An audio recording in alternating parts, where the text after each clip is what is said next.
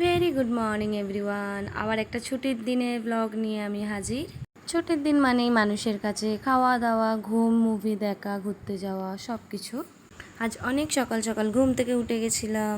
ছুটির দিনগুলোতে বাড়ির রান্না বান্নার দায়িত্ব আমার কাছেই থাকে। কিছু কিছু জিনিস ঘরে ছিল না বলে সেইগুলো সব কিছু ব্লিঙ্কিট থেকে আনিয়ে নিলাম। আজকে একটা খুব টেস্টি ডিলিশিয়াস চিকেনের রেসিপি তোমাদের সাথে শেয়ার করব। তোমরা সবাই আমার এই রেসিপিটা বাড়িতে একটু ট্রাই করে দেখবে। এটা খেতে হয় দারুণ টেস্টি।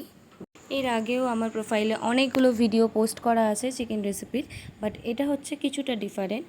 আরও একটা জিনিস, তোমরা যারা আমার ভিডিওতে লাইক কমেন্ট করো তাদেরকে অনেক অনেক অনেক ধন্যবাদ আমাকে এরমভাবে সাপোর্ট করার জন্য। আমি অলওয়েজ চেষ্টা করব ভবিষ্যতে আরও ভালো ভালো ভিডিও তোমাদের সাথে শেয়ার করার।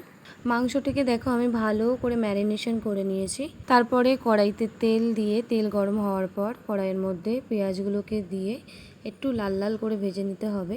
তারপরে ভাজা পেঁয়াজগুলোর ওপর ম্যারিনেট করা মাংসটিকে দিয়ে মাংসটাকেও ভালো করে 40% মতো ভেজে নিতে হবে। মাংসটা কিছুটা ভাজার পর তার মধ্যে দেখো দই আর যে মশলাটা আমরা পেস্ট করে রেখেছিলাম সেই মশলাটাকে দিয়ে নিলাম।